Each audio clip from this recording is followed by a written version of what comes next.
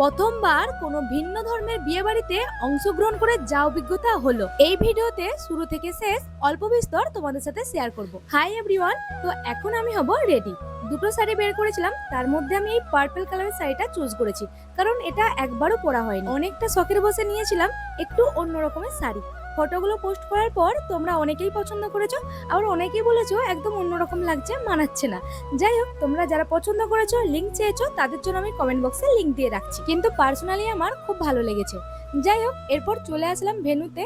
এসেই তো প্রথমেই দেখা করে নিলাম এই দাদাভাই আসলে ওর বন্ধু। আমি যেহেতু কোনোদিন মুসলমান কোনো বিয়ে বাড়িতে যাইনি, তার জন্য আমার খুব ইচ্ছে ছিল ওদের বিয়েতে যাওয়ার। আজকে বিয়ে না, রিসেপশন। আগের দিন তো বিয়ে হয়ে গেছে। তবে জানো তো, আমার খুব ইচ্ছে রয়েছে বিয়ের দিন কিরকম কি রিচুয়ালস পালন করা হয় না হয় তা দেখার। আগেও ইনভিটেশন পেয়েছিলাম, কিন্তু যা হয়ে ওঠেনি। যাই হোক, এরপর দেখা করে কথা বলে চলে আসলাম ফুচকা খাওয়ার জন্য। ওখানে গিয়ে দেখি প্রায় সকলেই চেনা পরিচিত মুখ।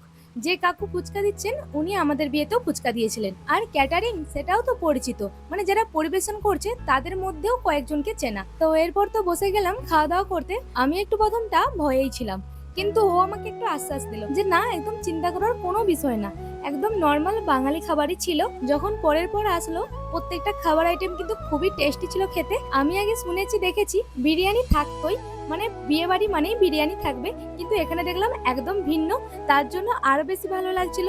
এরপর তো পাঁপড়, মিষ্টি সমস্ত কিছুই ছিল, সেটার আর ভিডিও ক্লিপ নেওয়া হয়নি।